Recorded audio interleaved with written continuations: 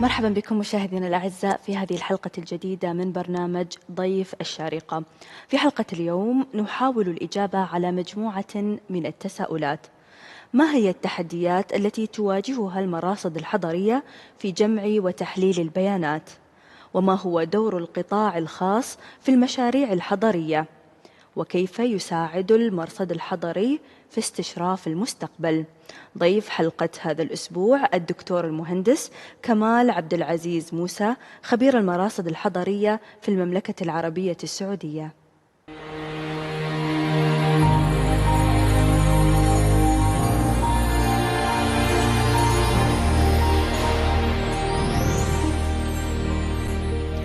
أرحب بك الدكتور المهندس كمال عبد العزيز موسى، خبير المراصد الحضرية في المملكة العربية السعودية. مرحبا بك. أهلا وسهلا بحضرتك. أهلا وسهلا. في البداية دكتور، أنت في ضيافة الشارقة لمؤتمر دائرة الخدمات الاجتماعية الخامس عشر للعمل الاجتماعي. أخبرنا عن انطباعك عن هذا المؤتمر. في البداية أنا بشكر حكومة الشارقة متمثلة في دائرة الخدمات الاجتماعية على دعوتها لينا في المؤتمر. الانطباع كان جيد بالنسبة لي بشكل ممتاز. الحضور كان جيد، يعني شايفه من ضمن المؤتمرات اللي أنا كنت بحضرها الحضور كان جيد وكان متميز بشكل كبير جدا. الموضوع هذا العام كان يتمحور حول مجتمع آمن وأسرة متماسكة. أخبرنا عن ضرورة هذا الموضوع اليوم بالنسبة للعمل الاجتماعي. طبعا احنا من خلال مشاركتنا في ورقة العمل اللي احنا قدمناها كان إعماد كل المجتمع هو الأسرة، وكان معني بالخدمات الآمنة للأسر الموجودة والخدمات المقدمة من دايرة يعني على وجه الخصوص في الشارقة دايرة الخدمات اللي بتقدمها. الحقيقة كانت معظم أوراق العمل اللي كانت مقدمة كانت بتتمحور في تقديم التجارب اللي كانت موجودة. جزء كبير جدا اهتم بموضوع التقنية والذكاء الاصطناعي في تنمية المجتمع، ودي كانت مشاركة كانت بشكل إيجابي اللي هو كانوا اهتموا بيها في هذه النقاط. دكتور، قدمت ورشة عمل حول تطوير أدوات الرصد الاجتماعي. أخبرنا عن هذه الورشة على وجه التحديد والتفاصيل التي تمحورت داخلها. طيب احنا مبدئيا قدمت جزء أساسي من البيانات اللي هي لازم المجتمع يعتمد عليها، وكانت متمثلة في حاجة اسمها المرصد. المراصد هي عادة تبقى مسماها المراصد الحضرية. اشتغلنا بشكل مفصل على الجزء الاجتماعي وأنشأنا مرصد اسمه مرصد الأسري، ودي من ضمن المراصد المتخصصة المعنية بالمجتمع. كل الأمور اللي احنا متعلقين بها اللي احنا نشتغل بيها هي مبنية على المعلومات. إن ما كانش عند متخذ القرار معلومة سليمة صحيحة موثوقة، القرارات هتكون خاطئة وبالتالي تنعكس على المجتمع بشكل سلبي. دور المراصد الحضرية اللي احنا قدمناها فيها اللي هي تقدم معلومة سلسة بسيطة في مؤشر، بحيث ياخد متخذ القرار ياخد عليها القرارات المعنية في المجتمع وينعكس بشكل إيجابي على المجتمع وعلى قراراته بشكل عام. ما هي العلاقة، ربما ذكرت جزء من ذلك في حديثك، لكن ما هي العلاقة ما بين المراصد الحضرية والمبادرات الاجتماعية، وكيف تؤثر فيها بشكل أو تؤثر في جودتها ربما؟ طيب، هي المراصد عامة الحضرية ممكن تكون ليها جانب هندسي شوية، إنما يعني إحنا في التخطيط العام أو التخطيط الحضري إحنا بنشتغل على جميع الأبعاد منها الأبعاد الاجتماعية وأبعاد الاقتصادية والعمرانية والسياسية والأمنية، وبالتالي جزء أصيل من عمل المراصد بيشتغل على الجزء الاجتماعي. لأن في النهاية إن كنا حتى إحنا كمخططين للمدن، المدينة بيسكنها البشر، وإحنا معنيين بإراحة البشر وتصميم التصميمات الخاصة بيهم، وبالتالي انعكاساتهم وتفاعلاتهم داخل المدينة بترصدها المؤشرات الحضرية اللي منها الجزء الاجتماعي.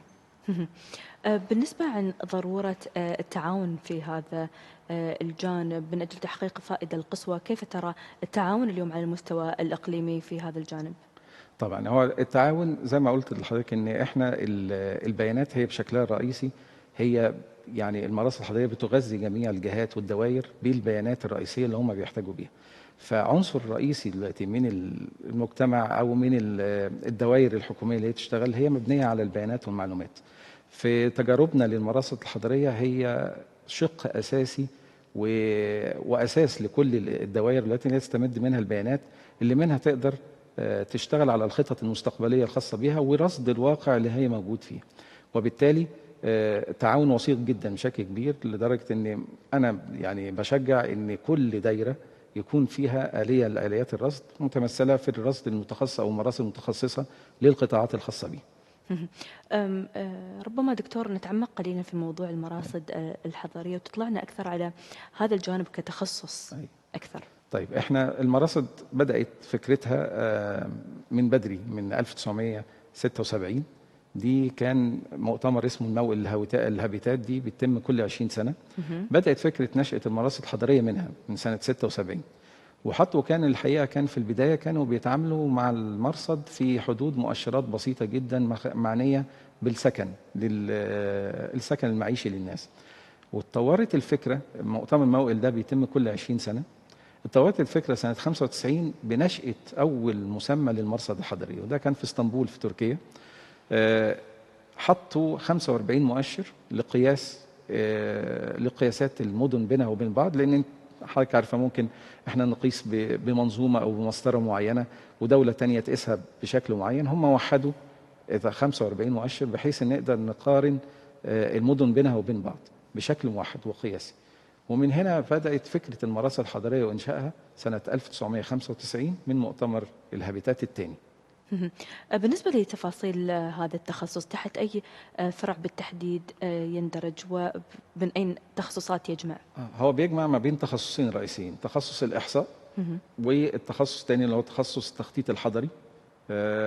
يعني لأن احنا معنيين بجزء كبير، يعني يمكن هندسة المدن وتصميماتها قد يرى البعض ان هي ممكن تكون خاصه بالعمران وتصميمات وغيره، انما البعد الاعمق للتخطيط الحضري هو التخطيط لمن يسكن المدينه، وبالتالي هم السكان اللي بيسكنوها. تفاعلات السكان ما بينهم وبين بعضها بتنتج منها بعض الابعاد الاجتماعيه، وبالتالي لازم نكون احنا نرصدها بشكل واقعي. فهو التخصصين الرئيسيين في المراسل الحضريه وتخصص احصائي للداتا كوليكشن وتجميع البيانات، والتخصص الحضري لرسم الواقع على المجتمع وعلى المدينة.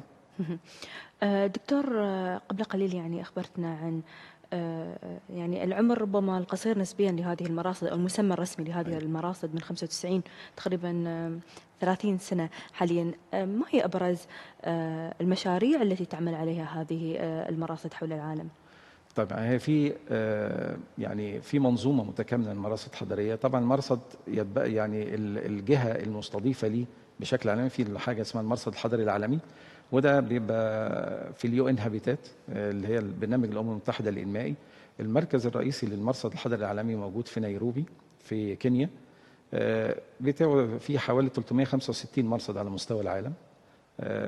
بالمناسبه الشارقه ليها تجربة للمرصد الحضري، كانت ممثلة في بلدية الشارقة، وعجمان برضو كان ليها تجربة في المرصد الحضري موجودة. المملكة العربية السعودية اشتغلت حوالي في 13 مرصد حضري، وجميع النطاقات اللي هي الخاصة الإدارية فيها.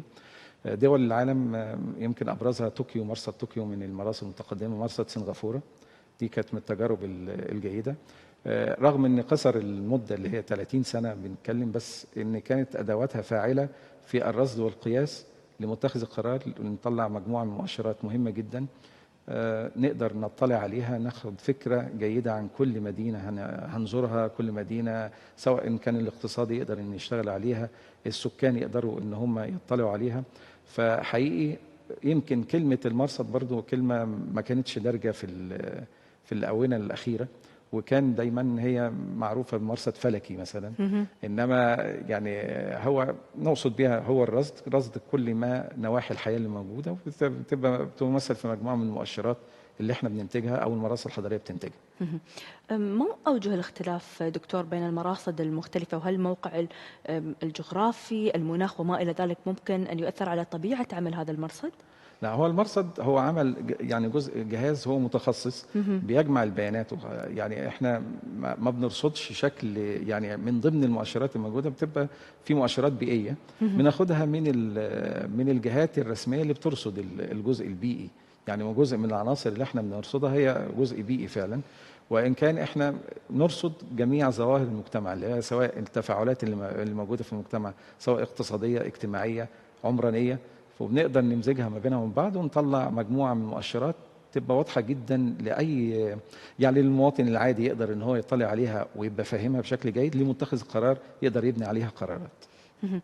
بالنسبة للتعامل مع الإحصاء والأرقام، كيف يتم ذلك، وأيضا تجميع البيانات لإعطاء هذه النتائج إما متخذي القرار أو حتى للعامة للمعرفة والاطلاع؟ طيب، احنا في مجتمعاتنا العربية أصعب حاجة بنوجدها هي موضوع البيان، ان انت تحصلي على بيان دقيق وسليم ان احنا نقدر ان احنا نشتغل عليه. وبالتالي المراصد في فكرتها ان هي ابتدت تعمل آلية لجمع البيانات من الجهات الرسمية ومن المواطنين نفسهم، في مسوح ميدانية بيتم عملها، اللي انا بستقي المعلومات من المواطن نفسه بشكل مباشر، واقدر اللي انا احللها واقارنها بالبيانات اللي بتطلع بشكل رسمي من الجهات الاخرى. ده بغرض ان انا اوصل لادق معلومه ممكن ان انا اديها لمتخذ القرار، لان مؤشر واحد لو كان فيه معلومه خطا بيتبني عليها قرارات خاطئه بشكل كبير وبتنعكس بشكل سلبي على المجتمع. الا ان احنا السيطره الحقيقه او الجزء اللي احنا يعني المراصد بتاخد فيه جهد كبير جدا، هي ازاي نجمع البيانات من الجهات المعنيه. كل جهه دلوقتي عندها مركز للبيانات الموجوده فيها. بتمنى في مستقبلا ان احنا نقدر ان احنا يبقى في آلية للربط ما بيننا وبين بعض، ان مجرد ما هم ينتجوا البيانات الخاصه بيهم نقدر ان احنا نستحصل عليها في المراصد الحضريه. نتحدث دكتور عن الجامعات والمؤسسات الأكاديمية اليوم. ما هو دورها في هذا المجال، سواء من خلال إتاحة التخصص بشكل أوسع أو ربما حتى الباحثين في هذا المجال من المتخصصين والأساتذة؟ ممتاز جدا. احنا عامة واحنا بندرس للطلبة في كليات في قسم التخطيط، بنوعيهم بفكرة أساسية على إن مجرد ما بتشوف الرقم مش معناه لوحده إن هو رقم. الرقم ده متعلق بأمور كتير. أدي لحضرتك مثال بشكل سريع ممكن يبين الجزئية دي. لو قلت إن مؤشر إحنا بنحسبه هي متوسط الزمن وصول الإسعاف للحادث مثلا، أو إن هو يلبي، ده مؤشر منه اقدر ان انا اشرح، يعني اقدر اعرف حاله المدينه ايه. يعني لو مثلا احنا الستاندر العالمي المحطوط مثلا ان هو المفروض لا يزيد عن 15 دقيقه، طب لو كان في مدينه بتاخد نص ساعه يبقى دي ليها اثر على طول. وانا بدرس للطلبه اثر ان شبكه الطرق ممكن يكون فيها مشكله، ان ممكن توزيع الخدمه نفسها لعربيات الاسعاف اللي موجوده نطاقاتها فيها مشاكل، ممكن يكون في عجز في المراكز اللي موجوده. وبالتالي احنا كل مؤشر بيطلع لازم تبص ما هي الرقم الخاص بيه وتقدر ان انت توصل لتحليله. اللي انا بنصح بيه للمؤسسات ان هي تدريب الطلبه في المجال اللي هو تقريبا عندنا في مجالات الجامعات بيبقى حاجه اسمها تدريب صيفي، يهتموا بشكل كبير جدا ان الطلبه يبتدوا وهم بيدرسوا يروحوا على راس العمل، لان جانب الدراسه شيء والتطبيق العملي شيء تاني خالص. وبالتالي لازم يبقى في دور للجامعات ان هي تزود الطلبه ببرامج تدريبيه خاصه في المراصد اللي عامله فيها، او المؤسسات الخاصه بالداتا كوليكشن او تجميع البيانات، بحيث ان هو يطبق بشكل عملي. والتخصص هو اوريدي موجود داخل مؤسسات التعليم في مجالات التخطيط، لان احنا كل شغلنا في التخطيط مبني على المؤشرات وعلى البيانات. هل هذا التخصص دكتور من التخصصات الواعدة أو اللي يقبل عليها الطلاب، أم لا زال فيها ربما قلة؟ والله جميع طلبة التخطيط هم قلة في الجامعات، يعني التخصص تخطيط عمراني بيبقى تخصص لأن مجهد جدا بشكل معين، فتلاقيه ان يعني الدفعات كلها تتراوح ما بين 30 ل 40 طالب مثلا. اقصى الدفعات ممكن توصل 300 طالب مثلا، لو احنا بنتكلم في دفعه كامله من كليه هندسه 3000 طالب. فهو التخصص نادر شويه، لكن هو بيبني الطالب او يعني المهندس اللي بيطلع في تخصص تخطيط عمراني بيبني له نواحي كتير جدا. يعني تخصص بيجمع الاقتصاد والعمران والسياسة والتخطيط، يعني في أكتر من مجال، وبالتالي بيكون مجهد بشكل كبير، وما زال لسه التخصص مش منتشر بشكل كبير في الكليات. دكتور، يمكن تخبرنا أكثر عن الأدوار المختلفة للرصد الحضري. ذكرت ربما خلال حديثك هذا التفاعل، يعني يرصد التفاعلات، وذكرت مثال الطرق، لكن شو الأمور الأخرى وما الأمور الأخرى اللي ممكن نتعرف عليها من خلال التخطيط الحضري؟ إذا أنا عندي مرصد حضري، شو الأمور اللي ممكن أتطرق لها وأتعرف عليها؟ طيب، المرصد الحضري بيخاطب أكتر من جهة، يعني بيخاطب الجهات الحكومية بشكل عام والقطاع الخاص والمواطن نفسه. فكل واحد يقدر يستفيد من المرصد الحضري في الجانب الخاص بيه. لو قلنا الجهات الحكومية ما بينها وبين بعض، فأنا بديهم مجموعة. المرصد الحضري بكورة إنتاجه هو مجموعة من مؤشرات إندكس للمدينة، بنسميها حاجة اسمها سيتي بروفايل، أو باللغة العربية اللي هو منظور المدينة. منظور المدينة ده حضرتك في اي تخصص ما في الجهه الحكوميه بيعرف الاستندر الخاص بيه، انا فين، انا معايا. المرحله الخاصه بيا فين. يعني لو بتكلم في جانب التعليم، هل انا محقق معدلات التعليم الجيده ولا لا؟ كثافات الفصول مثلا، واحنا بنتكلم على كثافه الفصل، كثافه الطلبه في الفصل، المعلم مقابل كم طالب بيدرسوا، في ستاندر عالمي متفق عليه. وبالتالي انا بديله وضعه هو فين، يعني التقييم الخاص بيه. هل انت جيد؟ اتس جود، يعني انت ماشي بشكل جيد، فانت المؤسسه ماشيه بشكل جيد. او لا، انت اقل من المعدل المفروض، فمفترض ان انت تزود المعدل ده عشان توصل للمعدل اللي تأدي بيه الخدمه بشكل جيد. ده جانب مثلا القطاع الحكومي. القطاع الخاص يقدر ان هو اول ما يدخل ويقرا مؤشرات المرصد يقدر يعرف الى اي الجوانب اللي فيها قصور ويقدر ان هو يشتغل عليها. القطاع الخاص بينتهز الفرص اللي موجوده، وبالتالي اقدر ان انا يقدر من مجرد المؤشرات الموجوده المستثمر يقدر ياخد قرار انا اشتغل في قطاع العقارات، لا في تجاره التجزئه. وبالتالي بيبقى عنصر رئيسي ليه هي البيانات اللي موجوده دي. المواطن هو بقى اللي بيقدر يستفاد بيها، يحاسب الجهات الحكوميه، يقول له والله انا وضعي كذا في التعليم، وضعنا كذا في المستويات الصحه، ويبقى عنده الثقافه اللي موجوده، يقول له انا مخدوم بشكل جيد او مش مخدوم بشكل جيد. ويقدر بردك ياخد ان كان هيتنقل ما بين مدينه واخرى، يقدر يعرف مستوى التعليم فيها، مستوى الصحه، مستوى الامني بشكل معين، ويقدر ياخد القرار اللي هو يقدر ياخده هينتقل للمدينه دي او لا. ويقدر في نفس الوقت ياخد الخدمات او يطالب الخدمات بشكل ليه مقومات معينه، يقول والله انا عندي نقص في الخدمات دي بدليل المؤشرات بتقول لي كذا او كذا وكذا. فالجوانب اللي نقدر ان احنا نتعامل عليها هي جميع المنظومه اللي هي في المدن، اللي هو القطاع الحكومي اللي بيقدم الخدمات، متلقي الخدمات اللي هو المواطن، والمستثمر اللي هو القطاع الخاص اللي يقدر ان هو يستثمر ما بين المواطن وما بين القطاع الحكومي. دكتور، ما العلاقة بين المراصد الحضرية والتخطيط المستدام للمدن؟ طبعا المراصد الحضريه من ضمن مجموعه المؤشرات فيها بتسمى الاس دي جي، او الاهداف الالفيه الانمائيه اللي موجوده دلوقتي، ودي الاستدامه. يعني عندنا 17 هدف موجودين للاستدامه الحضريه. دلوقتي الدول كلها بقت ملزمه ان هي تنتجها بشكل سنوي على مستوى الدول. المراصد كمان في تجربتها والتحدي اللي هي بتطلعها على مستوى المدينه. من السهل ان احنا نقدر نعمل مؤشرات على مستوى الدوله، انما كان في صعوبه ان احنا نطلعها على مستوى المدن. وهنا عاتق على المراصد الحضريه ان هي ابتدت ان هي تحسب ال 17 مؤشر الخاصين باهداف التنميه المستدامه، ان هي تحسبها بشكل سنوي على مستوى اصغر، يعني على مستوى مدينه. وده اللي فيها صعوبه في تجميع الداتا والبيانات، الا ان اللي بقى عنصر رئيسي من عناصر المرصد الحضري اللي هو بيتكلم في الاهداف الانمائيه المستدامه، وبالتالي هي بتنتجها بشكل سنوي. اليوم بالنسبة لهذه المراصد، هل يمكنها على سبيل المثال من خلال ظواهر معينة أو من خلال الإحصائيات تنبؤ بوجود مشاكل، مواجهة تحديات معينة قبل حدوثها؟ طبعا من ضمن عندنا مؤشرات للإنذار المبكر، سواء على مستوى البيئي أو على مستوى حتى الاجتماعي. لما أنا أدرس وأطلع مؤشرات مثلا إن في بطالة في المجتمع بشكل زايد ومعين، فده إنذار إن البطالة دي تتعلق بأجزاء كتيرة، إن هي ممكن اتجاه الشباب للمخدرات مثلا، فنبتدي للجريمة. معدلات الجريمه ممكن يزيد لو البطاله زادت. خلاص، عندي بردك مستويات التعليم ودراستها، قد ايه نسبه الاميه في المجتمع.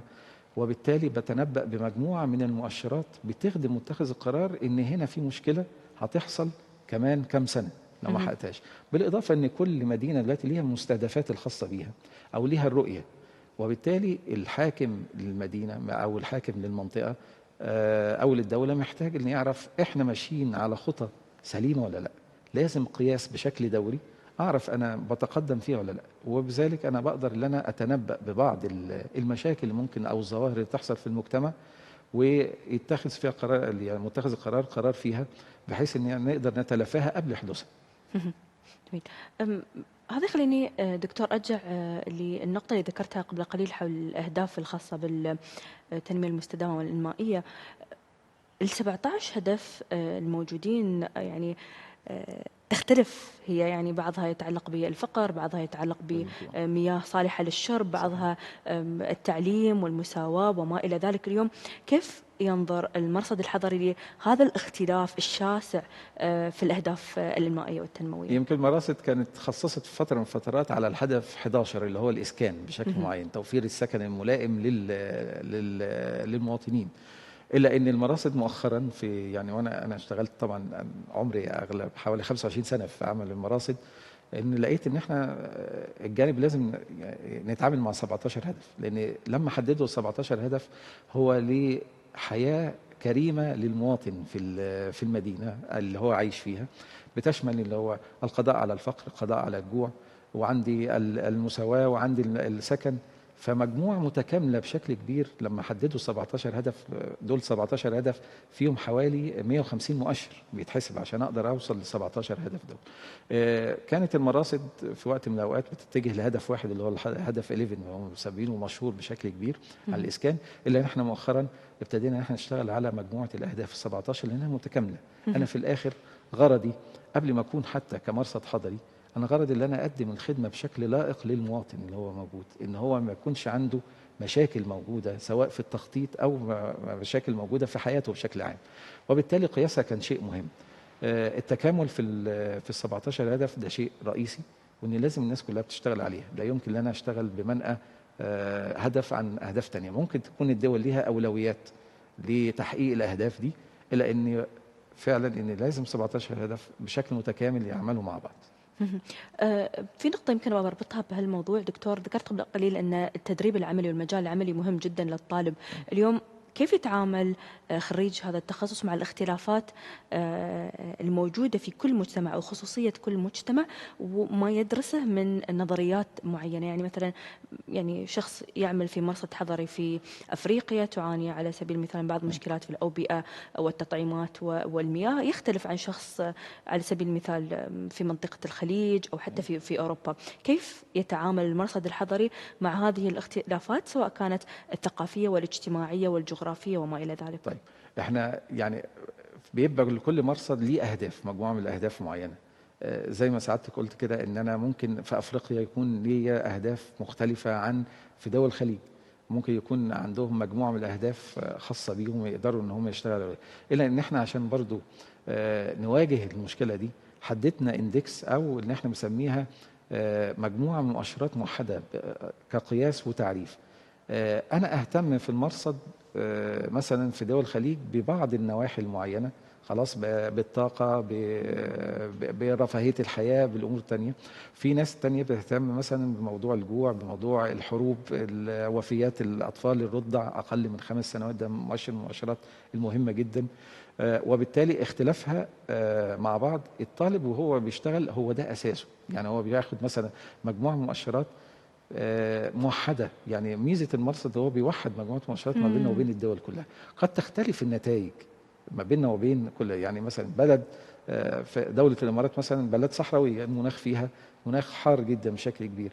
ازاي تتغلب على ده رغم ان هي بلد صحراويه، انها محققه معدلات كبيره جدا في السياحه مم. بشكل كبير تفوق بعض الدول اللي ممكن الجو فيها جيد.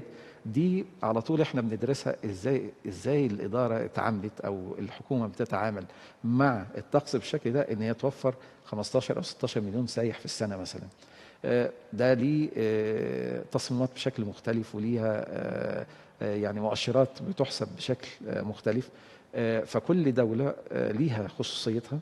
المؤشرات برضو رغم ان احنا بنحط ستاندرد للمؤشرات ومجموعه من المؤشرات، الا نعم. ان كل دوله ليها خصوصيه. يعني مثلا على سبيل المثال المملكه العربيه السعوديه عندها الحج والعمره، ففي مؤشرات خاصه للحج والعمره مش هتلاقيها متكرره في اي مكان تاني في العالم. مم. وبالتالي احنا بندي برضك خصوصيه لكل دوله ان ليها مجموعه من المؤشرات الخاصه بيها تهتم بيها وتبتدي ان هي تحسبها وتنتجها بشكل خاص. وبنتحد احنا في مجموعه من المؤشرات بشكل كامل او متكامل. اعتقد هي بتوصل لحوالي 160 مؤشر احنا مشتركين بينها وبين الدول كلها، نقدر نقارنها بينها وبين بعض. وفي الخصوصيه على حسب كل دوله تقدر تحدد المؤشرات الخاصه بيها. دكتور، قبل قليل ذكرت نقطة السياحة. اليوم لما نتكلم يعني بشكل عن المرصد الحضري، البعض يتوقع يعني فقط تطوير الأمور التنموية المتعلقة بالسكان أو الخدمات، لكن الجانب الاقتصادي بالنسبة للمرصد الحضري كيف يمكن أن ينظر إليه؟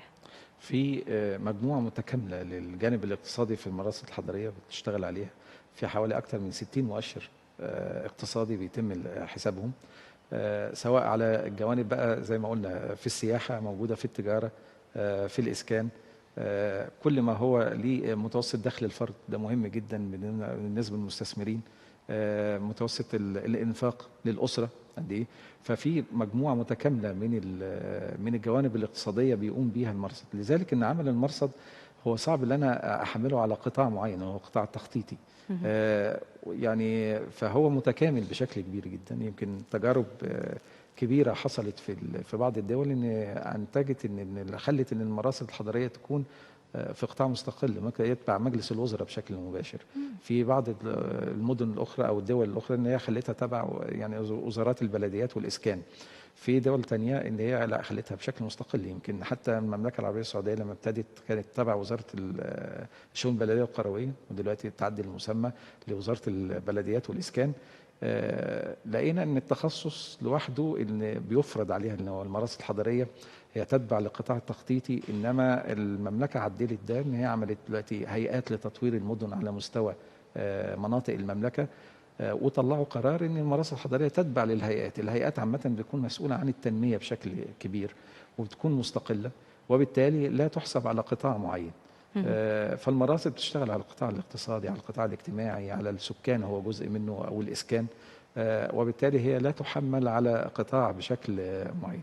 القطاع الاقتصادي عنصر مهم جدا. يعني احنا لو بنتكلم ان متوسط انتاج المؤشرات في المراصد الحضريه بيتراوح ما بين 80 مؤشر لاقصاها ممكن نوصل ل 400 او 500 مؤشر، ان القطاع الاقتصادي فيها بيمثل تلته تقريبا، تلت عدد المؤشرات اللي ممكن ينتجها المرصد الحضري. دكتور، دائما لما نتكلم عن الأمور المرتبطة في كل القطاعات، أعتقد الذكاء الاصطناعي دائما نتحدث عنه بشكل مفصل وموسع، بما أن الاتجاه المستقبلي للتعامل معه. بالنسبة للمراصد الحضرية، كيف يتم التعامل مع الذكاء الاصطناعي فيها؟ ده جزء جديد دخل. انت عارف حضرتك برضه ان الذكاء الصناعي جديد علينا احنا في العموم، بس وان كان في المراصد الحضريه هي بتعتمد طبعا على البيانات. ان حضرتك طيب دلوقتي بتطلعي على البيانات في شكل الكتروني، خلاص ما حدش بقى يطلع يقرا كتاب. وبالتالي حتى احنا في الداتا كوليكشن او تجميع البيانات الخاصه بينا انشانا حاجه اسمها قاعده بيانات. قاعده بيانات دلوقتي مبنيه في الاساس على ان ازاي نقدر نتواصل ما بيننا وبين الجهات في امدادنا بقاعده البيانات. وفي نفس الوقت في حاجه اسمها انا بحاول انتقل الالفاظ مش باللغه الانجليزيه، بس عندي مستعرض للبيانات يقدر يطلع عليه متخذ قرار، يقدر يطلع عليه المواطن. وبالتالي دخلنا جزء الذكاء الاصطناعي وفي الخطه اللي هيدخل بيها، اللي هو ازاي يحلل لي البيانات. يعني القدره المهوله للذكاء الاصطناعي دلوقتي ان هو يقدر يجمع لي كذا بيان مع بعض ويطلع لي في الاخر انذار، زي ما قلنا ممكن انذار مبكر لبعض القضايا المجتمعيه اللي كانت بتتم. بقى وظيفه اساسيه في قطاع في المرصد الحضري، هو القطاع الالكتروني. خلاص قواعد البيانات هو بيعتمد بشكل رئيسي دلوقتي، كانت على قواعد البيانات العاديه، الا ان احنا في التطوير الحالي اعتقد ان احنا في تجربه لينا في مرصد اسمه مرصد الباحه، مناطق المملكه العربيه السعوديه، بندخل دلوقتي فيها التطوير الثاني اللي هو الجيل الثاني من قواعد البيانات، اللي هو يتم فيها الذكاء الاصطناعي الموجود.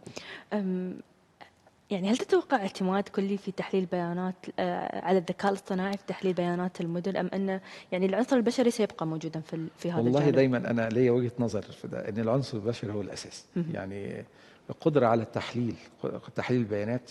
الذكاء الاصطناعي هو بيعتمد على القاعده المعرفيه هو ممكن يفيدنا في سرعه الانجاز، الا ان تبقى الاحساس البشري. احنا في الاخر احنا بشر لينا احاسيس، ما زال الذكاء الاصطناعي لم يصل لمرحله الاحساس.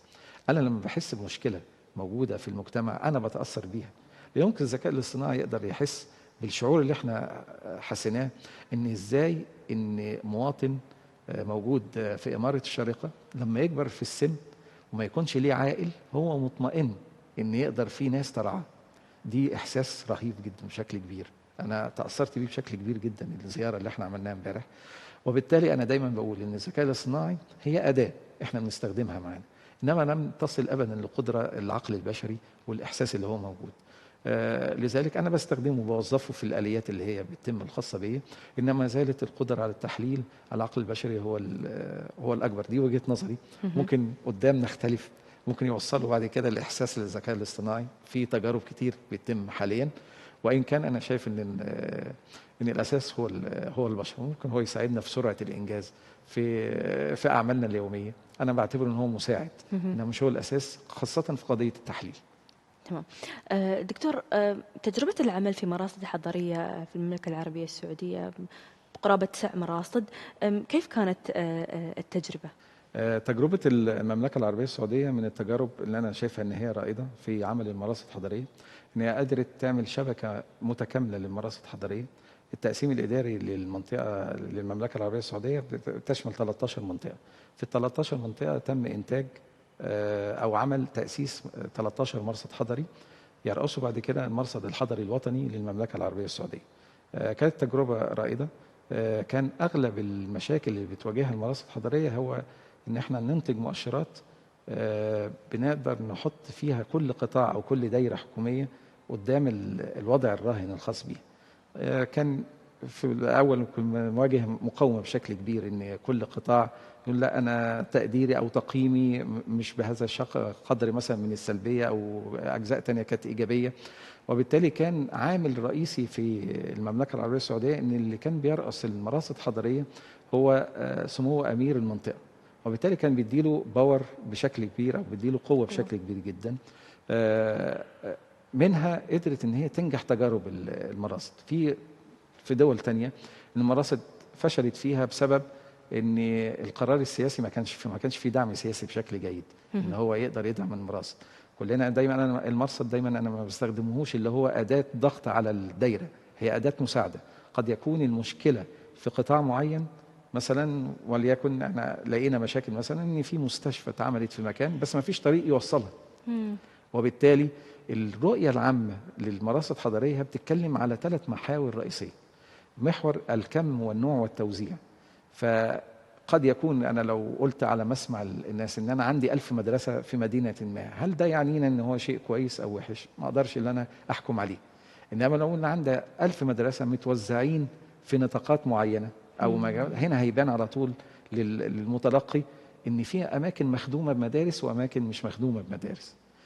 الجزء النوعي الأخير، طيب هل المدرسة المقامة دي بتأدي الوظيفة بتاعتها بشكل جيد؟ هل الطالب عنده مساحة مدرسية يقدر يمارس فيها النشاط الدراسي بشكل كويس؟ هل كثافات الفصول، احنا في بعض الدول بتعاني ان ممكن مساحة في الفصل يبقى فيها اكثر من 40 و50 طالب، وبالتالي مش هيقدر يوصل له العلم بشكل جيد. وهنا النظرة المتكاملة للمراصد الحضرية اللي هي بتبص على الكم والنوع والتوزيع. كل قطاع هو بيبص على على الجزء الخاص بيه، انما المراصد بتقدر ان هي تديله الامكانيات الخاصه بنظره اوسع. وبالتالي احنا حلينا مشاكل كتير في وسط المراصد الحضريه. يعني عندي تجارب كتير كانت ناجحه، نجحت فيها، وفرنا على الدوله مصاريف كتير كانت ممكن تتصرف وهدرج بشكل كبير، الا ان احنا كان المرصد الحضري هو جرس انذار لايقاف هذا الهدر. دكتور، من 2002 وحتى اليوم، يعني إذا وضعنا التقنية على جانب، شو أبرز أو ما أبرز التغيرات اللي شهدها قطاع الرصد الحضري؟ التطورات اللي تمت على المرصد الحضري، ان المراصد الحضريه اول ما بدات بمجموعه قليله جدا من المؤشرات، بحيث ان هي كانت تجربه اوليه ان هي كانت بتنتج 45 مؤشر فقط، وكانت يعني بتدي بردك على نفس المجالات، اقتصاد واجتماع وعمران وامن، بس كان تحسب مؤشرين لكل قطاع. الى ان التطور اللي حصل في المجتمع والتطور السريع اللي تم كان لازم يعقبه مجموعه من المؤشرات والمتغيرات اللي ظهرت. يعني انا عندي مجموعه من المتغيرات، او ان احنا بنسميها اطار عام المؤشرات. الاطر بتاعت المؤشرات كترت بشكل كبير. انا بقى عندي اهداف الانمائيه 17 هدف بينبثق منها حوالي 200 مؤشر. فده كان لازم ان انا اخده معايا في الحسبان. عندي الخطط الاستراتيجيه لكل دوله بتتم، لازم ان انا احسبها له في مجموعه من المؤشرات اللي انا اقدر اللي انا اشتغل عليها. وبالتالي التطورات اللي تمت من خلال حقبات زمنيه، تقريبا كل 5 سنين كان في تطور بيتم في المراصد الحضريه. مش التطور التقني فقط، لا، انما حتى التطور في اليات جمع البيانات واليات حسابها، الاهتمام بيها. فدي كانت من ضمن يعني على مدار ال 25 سنه تقريبا ابتدينا من 45 مؤشر، وصلنا لاقصى حاجه حوالي 600 مؤشر دلوقتي ان احنا بنحسبهم. وهي مش بالكم، اكثر ما منها انواع المؤشرات اللي بيتم الحساب الخاص بيها. دكتور، ما هي أبرز المشاريع اللي عملت عليها في المملكة العربية السعودية مع المرصد الحضري أو المراصد الحضرية اللي عملت بها؟ أنا بفضل الله يمكن تجربتي في المملكة العربية السعودية ممتدة ل 24 عام، يعني من بعد التخرج تقريبا بسنة أنا رحت السعودية واشتغلت فيها. تشرفت بالعمل هناك في أكبر القطاعات. كان من أبرز الأعمال طبعا كان مرصد المدينة المنورة، وده يعتبر كان المرصد الأول على مستوى الوطن العربي، وخد جوائز عالمية بشكل كبير. وبفضل الله أنا اشتغلت في أكثر من 9 مراصد من ال 13 مرصد حضري اللي موجودين في المملكة. حاليا أنا بشتغل في 3 مراصد حضرية بشكل مباشر: مرصد المنطقة الشرقية، ومرصد جازان، ومرصد الباحة. ليا تجربة في المنطقة الشرقية أنا بعتبرها إن كانت تجربة جيدة بشكل كبير جدا في وقف الهدر اللي احنا ممكن كنا قلنا عليه قبل كده. يعني احنا وده بيبان على متخذ القرار. الأرقام صحيح في جملة مشهورة جدا إن الأرقام لا تكذب، لا، إنما الأرقام ممكن لا توضح الحقيقة بشكلها المتكامل. وهنا مثلا هدي نموذج او مثال بشكل سريع. اعتقد ان ده كان قصه نجاح لينا بشكل كبير. اني انا لما ادي لمتخذ القرار بيان اللي انا بعالج المياه الصرف الصحي بمعالجه ثلاثيه، ودي معالجه يعني تصل لدرجه ان هي ممكن على الكود الاوروبي مثلا ان انا اقدر ان انا تعد استخدامها كمياه للشرب. ان كان رقم طالع بشكل جيد ان بيعملوا معالجه للمياه دي بنسبه 99%، ودي بشكل جيد. وبتقول ان ده عمل مقدر بشكل كبير. الا ان المرصد بقى في نظرته المتكامله، احنا بحثنا بعد كده ايه اللي بيتم بالمياه الصرف الصحي المعالج. كانت بترمي في الخليج في وقت من الاوقات، وده مش قصور في القطاع نفسه، اكتر ما منه ان هو ما فيش تكامل اللي هو تم ما بين القطاعات الاخرى ازاي نستغل المياه الصرف الصحي المعالجه دي. هي بتترمي في الخليج، وده بيغير الصفات المياه. حتى لو مياه عذبه بتترمي في مياه مالحه، بغير المكون اللي موجود في المياه الخليج. وبالتالي استغلال الامثل لما لقينا التكلفه كانت بتوصل ل 750 الف ريال يومي احنا بنرميها في البحر. وهنا كنت بشيد بتجربه سمو امير المنطقه الشرقيه، ان هو خد الامر ده بمحمل الجد، وكلف المرصد الحضري باعاده الدراسه مره ثانيه. ابتدينا ان احنا نشتغل عليه، وسواء اللي هي التكلفة، ونطرح المشاريع البديلة. هو طلع قرار بشكل مباشر ان 30% من مياه الصرف الصحي المعالج دي تستخدمها البلديات في إعادة ري الجزر بتاعة الطرق اللي هي الحدائق العامة وجزر الطرق. واحنا كمرصد حضري عملنا مشروع بشكل كبير انشاء غابة شجرية تلطف الجو المنطقة الشرقية من المناطق الصحراوية بشكل كبير، تقضي على ظاهرة التصحر، وفي نفس الوقت يكون فيها فايدة اقتصادية. فاحنا وفرنا بشكل كبير جدا هدر كان بيتم بشكل متكامل. الحقيقه كانت تجربه من التجارب الناجحه.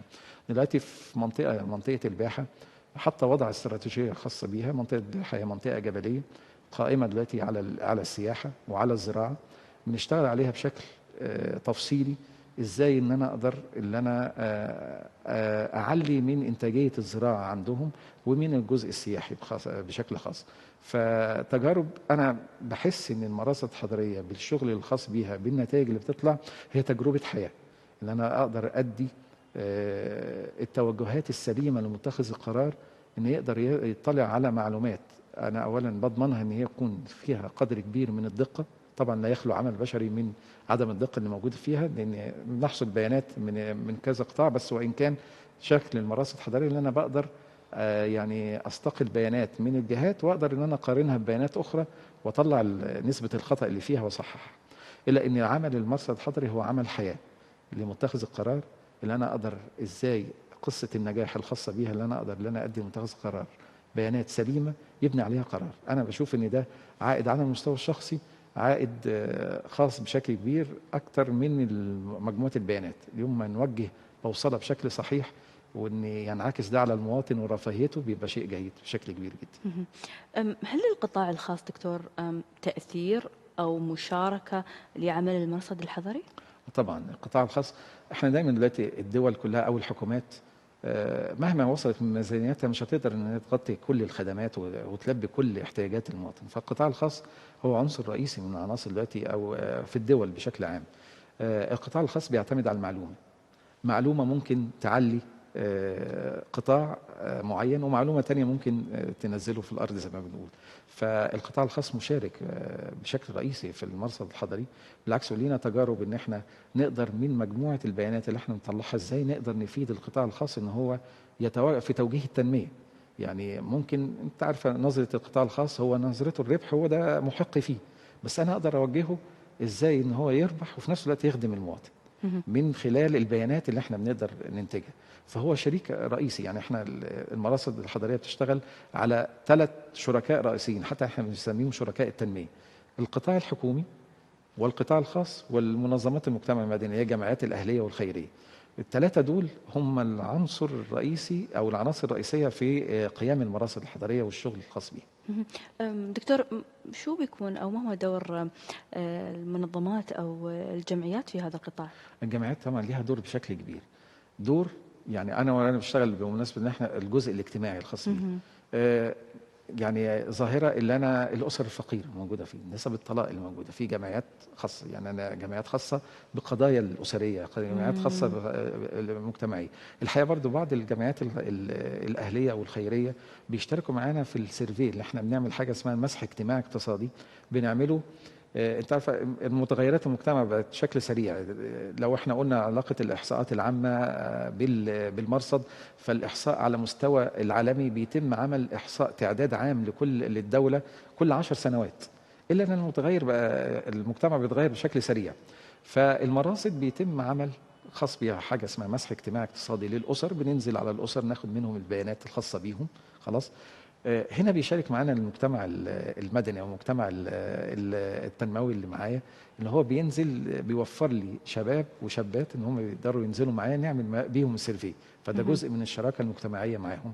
جزء تاني زي ما قلت سعادتك ان هي مجموعه المتغيرات والمؤشرات اللي بتطلع في جزء منها اجتماعي، منظمات المجتمع المدني بتشتغل عليه بشكل كبير.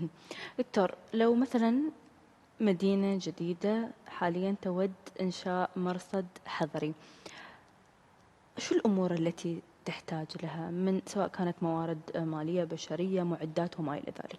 طيب، المراصد الحضريه عامه دايما كانت بتعاني ان هو جزء تكميلي من العناصر. يعني مثلا لو احنا بنقول ان المراصد الحضريه في القطاع البلدي، القطاع البلدي ما حدش هيقدر يبني الا لما ياخد رخصه، وبالتالي لازم يكون في اداره للتراخيص، مثلا المراقبه البلديه على الاسواق وغيره، ففي اداره خاصه بيها. لو قلنا ان المراصد الحضريه هي داتا تجميع للداتا والبيانات، كانت دايما في البدايه وكانت مسكينه مظلومه في وقت من الاوقات، ان يعني ملهاش عمل بشكل يمس المواطن بشكل خاص، فبالتالي كانت الاداره بتبقى اداره المراصد مهمشه، ملهاش قطاع، ملهاش بناء مؤسسي موجود في القطاع اللي موجود.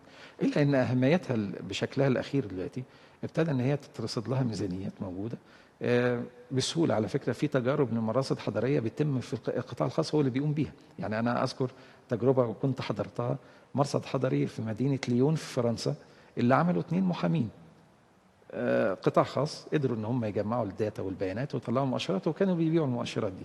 فالمراصد في حد ذاتها ممكن تحتاج ميزانيات لو هي على مستوى مدن كبيره او مستوى دوله، الا انه سهل جدا ان مجموعه من المتخصصين سواء في التخطيط او في الاحصاء ان هم يقدروا ينشئوا مرصد حضري.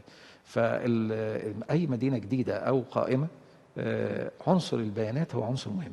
يعني انا عشان اخطط وافتح مجال كمدينه جديده وابتدي ان انا اكون مجموعه من التجمعات والاحياء اللي انا هشتغل عليها، لازم لي المعلومات، لازم اكون عندي مستهدفات، انا سكان المدينه دول هيكونوا قد ايه. ده في التخطيط. طب لما يكونوا مثلا 50,000 مثلا، طب ال 50,000 اعمارهم قد ايه؟ هحتاج لهم مدارس ابتدائي، مدارس ثانوي. امتى يحتاجوا جامعه؟ لما المجتمع يكبر بشكل معين هيحتاج في سن في تعليم جامعي، في ستاندر اللي انا كل قد ايه هيحتاجوا جامعه، امتى يحتاجوا مستشفى، امتى هيحتاج مركز رعايه صحيه. وبالتالي كل نواحي التخطيط في المدن معتمد على المعلومه، والمعلومه اللي انا شايفه اللي بيقدمها بشكل متكامل هي المراصد الحضريه. مهم. دكتور، يمكن نقطة ذكرتها وتجعلني شوي أتساءل حول الموضوع. ذكرت بيع البيانات، هذا الجانب يعني أليس هو جانب حساس بالنسبة للمدن أو الحكومات أو طبعا ما احنا إلى عندنا ذلك؟ في يعني واحنا بنشتغل على البيانات، في بعض البيانات اللي ممكن تكون ليها درجه من درجات السريه معينه، دي بيتم حجبها بناء على ان المراصد الحضريه لما بتيجي تشتغل قبل ما بتعلن المؤشرات الخاصه بيها بتجتمع مع مجلس للمرصد. بنبتدي ان احنا نعرض المؤشرات اللي تم انتاجها. اول حاجه بنبدا دقيقين فيها ان مصدر المعلومه يكون صحيح مش مضلل. لو المعلومه صحيحه بعد كده مدى تداولها وقابليتها للتداول للنشر. بعض الدول ليها خصوصياتها وليها يعني بعض الامور اللي ممكن تكون ما فيش داعي ان احنا نظهر هذه المؤشرات بشكلها الحالي، ممكن يعمل بلبله في المجتمع في وقت من الاوقات. وبالتالي قرار نشر المعلومه من عدمه بيكون مش قرار فردي، هو قرار لمجلس المرصد، ويشكل فيها مجلس المرصد ده بيكون فيه جميع القطاعات الحكوميه مع الحاكم الاداري للمنطقه. وبالتالي عليها ان لو في سياسات للدوله معينه لا تنشر بعض البيانات لحساسيتها اللي ممكن تعمل مشكله. يعني انا ممكن بنشر المؤشر اعمل مشكله اكبر من اللي انا متوقعه لحلها. اما بيع الداتا والبيانات، حضرتك دلوقتي في الاونه الاخيره يعني الحصول على المعلومه سهل جدا، بس اهم حاجه توثيقها، ان تكون موثقه. انا ممكن اطلع في بعض الدول بتقع في بعض بمجرد ان هي بيانات طلعت او اشاعات بتطلع بشكل خاطئ. وبالتالي فكره تداول وبيع المعلومه هو عنصر من عناصر دلوقتي المرصد الحضري في بعض المراصد اللي هي بتتم لايجاد التمويل الخاص بيها. الحكومه مش هتقدر تمول المراصد، خاصه تكلفه المرصد الحضري واحنا بنتكلم على سنتين ممكن تتخطى ملايين الريالات او الدراهم، يعني عشان نعمل ده، لان عمل مكلف بقطاع كبير. المراصد الحضريه بيشتغل فيها اكثر من 16 شخص وتخصص، بجانب الجزء التقني بجانب الجزء المسحي اللي بيتم. يعني اللي احنا ناخد فريق عمل بيتكون من 100 شخص او 200 شخص ننزل نعمل استمارات بحثيه للمجتمع، ده مكلف بشكل كبير. وبالتالي بعض المراصد تتجه ان بعض البيانات خاصه الاقتصاديه ابيعها للمستثمرين. هو محتاج مني المعلومه الموثقه، وبالتالي انا بقدر اجيب دعم للمراصد. ففكره بيع البيانات هي فكره متداوله دلوقتي في بعض النشرات الخاصه، وانا بشتغل على اي مدينه في بعض مراكز الابحاث دلوقتي اللي هي بتقدر ان هي تديني رخصه ان انا اقدر اخش اشتري بيان معين او حاجه معينه. وبالتالي انا بعتبره ان ده مصدر من مصادر الدخل، خاصه المؤشرات الخاصه بالقطاع الاقتصادي ومصدر موثوق. طبعا. دكتور، بالنسبة لأدوات جمع وتحليل البيانات، هل تواجه هذه الأدوات أو الطرق أو الوسائل تحديات معينة؟ طبعا. تحدياتنا احنا عندنا ان كل اداره وكل شخص، احنا حتى على المستوى الشخصي معلوماتنا صعب جدا تداول البيانات بيننا وبين بعض. احنا بنواجه من تجربتنا ان في بعض القطاعات احنا زملاء في قطاع واحد، انا عندي بيان ما اقدرش اديك البيان الخاص بي. يعني تداول البيانات والمعلومات ما بيننا وبين بعض ده شيء صعب جدا. فده اكبر تحدي بيواجهه المراصد الحضريه، ان كيف يحصل على المعلومه.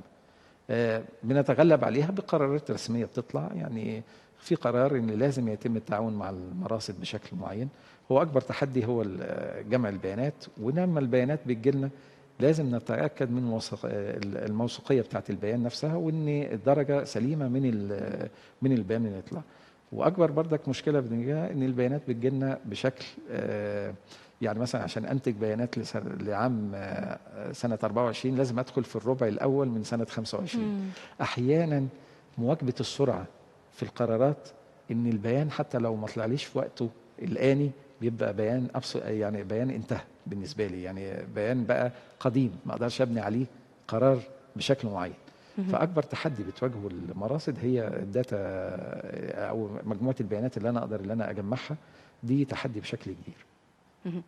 دكتور، آلية عمل المراصد الحضرية في المدن الذكية هل تختلف عن المدن العادية؟ طبعا المدن الذكية بتسهل لي أمور كتير، وإن كان برضك من ضمن الأطر اللي احنا كنا اتكلمنا فيها سابقا إن في إطار دلوقتي للمدن الذكية في مستهدفات. يعني أنا المدن الذكية داخلة من ضمن الآليات دلوقتي، إن كل مدينة دلوقتي بتسعى إن تحقق درجة معينة من درجات مؤشرات المدن الذكية، سواء اللي هو التحكم في إشارات المرور، تسربات المياه، الكاميرات المراقبة اللي موجودة. فالمدن الذكية بالنسبة لي دلوقتي بتسهل كتير جدا عمل المراصد الحضرية في الحسابات الخاصة بيه. هو مستهدف من المستهدفات دلوقتي موجودة، وفي قطاع كامل دلوقتي بيهتم بالمراصد الحضرية للمدن الذكية. وحتى المدن اللي هي لسه في طور نقول القديمة، لا بقت دلوقتي تحط مستهدفات خاصة بيها ان ازاي تحقق ريكورد او تحقق معدل في رفع مؤشرات المدن الذكية الخاصة بيها. دكتور، هل في أمور ممكن تحد من فاعلية مرصد حضري في دولة معينة أو تجعل هذا المرصد أكثر كفاءة من الآخر؟ طبعا الدعم واللي أقصد بيه إن مش الدعم المالي، الدعم السياسي للمرصد هو عنصر من العناصر الرئيسية. لو متخذ القرار أي مكان هو موقعه فين مش داعم للمراصد الحضرية فبتفشل. يعني تجربة المراصد الحضرية على مدار السنين اللي فاتت، في مراصد حضرية بدأت قوية بشكل كبير جدا، إلا إنها فقدت الدعم السياسي اللي موجود، وابتدى ان هو تنتج تقارير زي اي دايره ممكن تنتج تقرير ما حدش هيهتم بيها. الا ان الفاعليه للمناصب الحضريه اللي بنلاقيها من الحكام او الحاكم الاداري لكل منطقه هو اللي بيفعل دور المرصد الحضري بشكل كبير جدا. فاكبر دعم يعني بيجده المراصد الحضريه هو الدعم السياسي، وده اللي بيخليه ناجح بشكل كبير. الامور الماليه الثانيه بتقدر توفرها سواء الدول او ان الحكومات، يعني او ان المراصد نفسها بتبتدي توجد لنفسها مصادر للدخل الخاص بها. أخيرا دكتور، كيف يمكن تفعيل أو استخدام المراصد الحضرية في استشراف المستقبل؟ طيب المراصد زي ما قلنا يعني هو عمل قائم متكامل بشكل متكامل. المؤشرات اللي احنا بنشتغل عليها بتدي لمتخذ القرار الوضع الراهن ان هم احنا فين، وفي نفس الوقت المأمول منه احنا المفروض نوصل لفين. وبالتالي المرصد الحضري بالادوات اللي هو بيستخدمها من المؤشرات اقدر استشرف بيها المستقبل، انا هروح فين، او انا كمان لو عندي اهداف عاوز اوصل لها انا بدي المتخذ قرار انت هتوصل ولا لا. يعني مثلا في رؤيه المملكه 2030 كلنا ممكن نكون سمعنا ان بعض مستهدفات للرؤيه تم تحقيقها بدل 2030 في 2025. في بعض المستهدفات الاخرى احنا بندي المؤشرات ونقول والله لا هنوصل ل 2030 ممكن نوصل لها، لا لو مشينا على نفس الوتيره دي مش هنقدر ان احنا نوصل. وبالتالي بدي استشراف للمستقبل ان احنا هنوصل للاهداف او مش هنوصل لها. المراصد عمل جيد بشكل كبير، بيدي لمتخذ القرار عنصر دعم بشكل كبير. سواء انا دايما كنت بكرر متخذ القرار لان هو الاداه الفاعله لخدمه المجتمع، الا ان برضك المجتمع سواء في القطاع الخاص او المواطن يقدر يستخدم المرصد الحضري في حياته بشكل كبير جدا من نتيجه المؤشرات. جميل. شكرا لك الدكتور المهندس كمال عبد العزيز موسى، خبير المراصد الحضريه في المملكه العربيه السعوديه، على وجودك معنا. شكرا لكم وتشرفت بكم. حياك الله. الله يكرمك. شكرا لكم لحسن المتابعه، ونلتقي على خير.